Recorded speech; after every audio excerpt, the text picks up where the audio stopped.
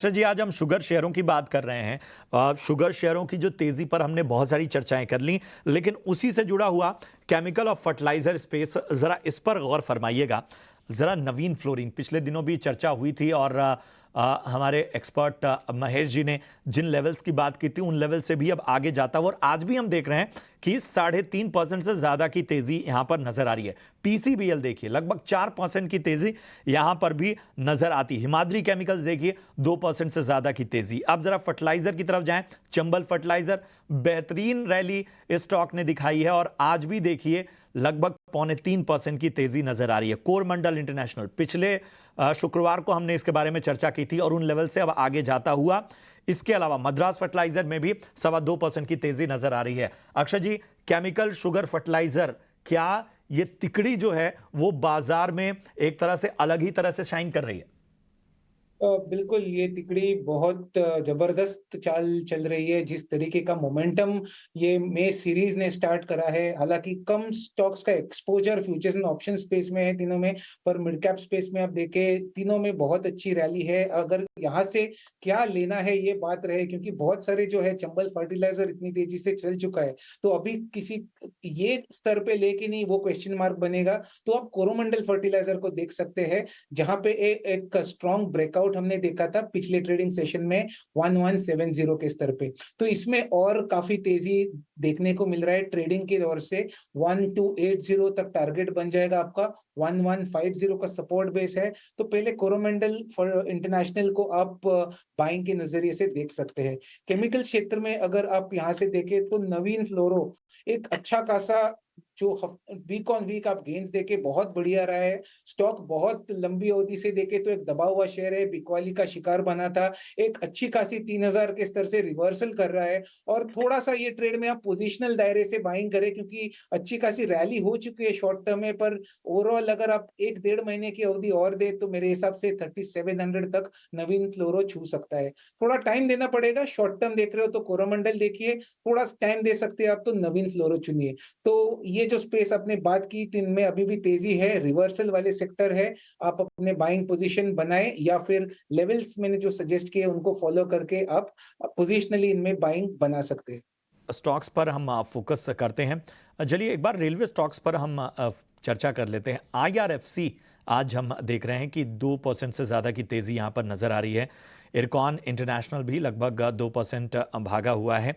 इन सब के बीच में एक टेक्समाको रेल भी इसमें जोड़ते हैं और इन तीनों पर ज़रा रणनीति लेने की कोशिश करते हैं। अक्षय जी बताइए, रेलवे स्टॉक्स में कुछ पसंद आ रहा है आपको?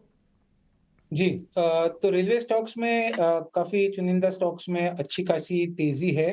तो यहाँ पे आप अगर पहले जो स्टॉक्स चुना है आपने आरवीएनएल, यहाँ पे आरवीएनएल देखें तो थोड़ा-सा फ्लैट है, पर मैं कहूँगा कि इसमें मोमेंटम जल्द ही आपको देखने को मिल सकता है, क्योंकि ये अच्छे खासे मोमेंटम वाला काउंटर बन सकता है। तो मैं कहूँगा आप आरवीएनएल पे ध्यान दे सकते हैं। 290 का करंट मार्केट प्राइस है। जैसे ही मोमेंटम पिक कर जाएगा, चाहे तो उसका स्विंग हाई था 330 जो हमने देखा था करीबन जनवरी 2024 में, वो छू सकता है वापस। तो आप आरबीएनएल बाय करने की सोच सकते हैं। Support 270, target 340। तो आरबीएनएल सबसे पसंदीदा शेयर है या रेल क्षेत्र में। वैसे आप आईआरएफसी जिनकी आपने बात की अभी, उसका अगर आप चार्ट स्ट्रक्चर देखें तो इसमें भी कोई खराबी तो है नहीं, ब्रेकआउट हो चुका है पिछले ट्रेडिंग सेशन में। पर थोड़ी सी अगर कूल ऑफ दिखे आप ये शेयर में, जब आपको 155 के स्तर दिखे तो आप री एंटर कर लेना।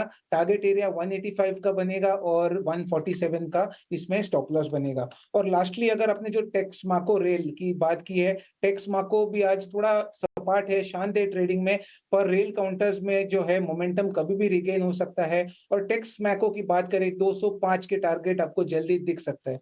तो सपोर्ट 175, उसके नीचे स्टॉप लॉस और 205 का टारगेट। तो तीनों ही रेल जो स्टॉक्स मैंने कहे आज आज सपाट है, शांत है, पर जल्दी मोमेंटम गेनर्स में आपको कल परसों दिख जाएंगे। तो इनमें आप जरूर ध्यान रखिए जिन शेयरों की हमने आज डिस्कशन की है।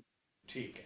तो ये नज़रिया रेलवे शेयरों पर जो कुछ पसंद आता हुआ, रणनीति आपको क्या रखनी है वो भी आपके सामने रखते हुए अक्षय जी। इसके अलावा रियल एस्टेट स्टॉक्स पर भी नजर डालते हैं। निफ्टी रियल एस्टेट इंडेक्स सबसे बड़ा सेक्टोरल लूजर है आज के ट्रेडिंग सेशन में। महिंद्रा लाइफ जैसे कुछ स्टॉक्स में 5% की गिरावट दिखाई दे रही है। डीएलएफ, फीनिक्स मिल्स दोनों ही स्टॉक्स में भी 2 से 3% की गिरावट आज के ट्रेडिंग सेशन में दिखाई दे रही है।